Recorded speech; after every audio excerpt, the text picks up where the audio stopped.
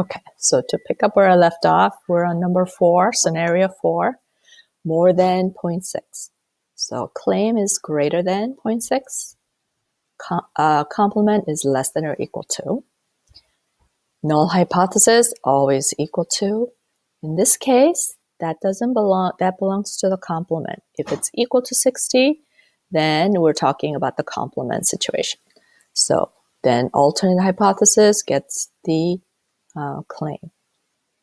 All right, so alternate hypothesis is greater than 0.6, so that is the right tail. So these two go together. So a lot of you did this on, somehow it was all mixed up, the problem was not clear, or some of you used the old problem. So we're just going to start over, okay? So I'm going to reassign scenario 4 today. All right, and then I'll just finish this. So scenario 5 is at most, which is less than or equal to 0.6, complement greater than, P is equal to 0.6 is the claim, greater than 0.6 is the alternate, and if the alternate is greater than something, it's a right tail test. Scenario 6, less than 0.6 is claim, alternate complement is greater than or equal to, null is equal to, which is the complement, and claim goes into alternate. Okay, so these two scenarios basically gets assigned to these two, and then the alternate is less than 0.6, so this is a left tail test, and all of alpha goes in this area. Okay, so this is a general setup, and now I want to talk about the problem that I thought I assigned, which is this one. Okay, a lot of you, there was some confusion, but I'll reassign this so you can actually copy this one and then another one that has exactly same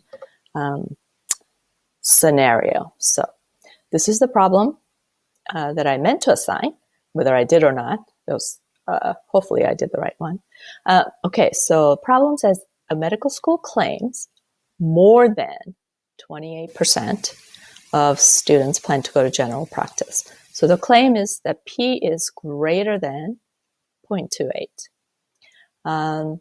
It's found among a random sample of 130, so that's N is 130, that the school students, out of the sample, 32% of them plan to go to general practice, so that's P hat is 0.32. Test the school's claim at 0.05 significance level, so alpha is 0.05. Okay, so now the claim is P is greater than, more than 0.28. Complement is less than or equal to 0.28. Null hypothesis is equal to 0.28. That belongs to the complement. And alternate hypothesis is then greater than 0.28. Okay, so here in the next step, step 3, this is a right tail test because we reject the null hypothesis if P is greater than 0.28, and that is on the right side. Okay, if it's too big, then we're not going to believe the null hypothesis.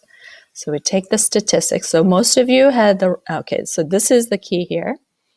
And test statistic is the same. And it's always P hat minus P.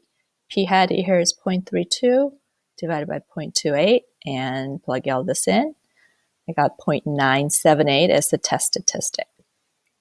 Next part is finding the critical value, which is the cutoff point for this rejection area, which is inverse norm 1 minus 0.05. We don't have to split that into 0.025 here because rejection area, the entire alpha, goes to the right side. So in this case, the tested critical value is 1.645, and my test statistic is 0.978. So we do not reject the null hypothesis, which means we reject the alternate hypothesis, which is the claim. So please relook at this and rewrite this. I'm going to assign a different problem, so follow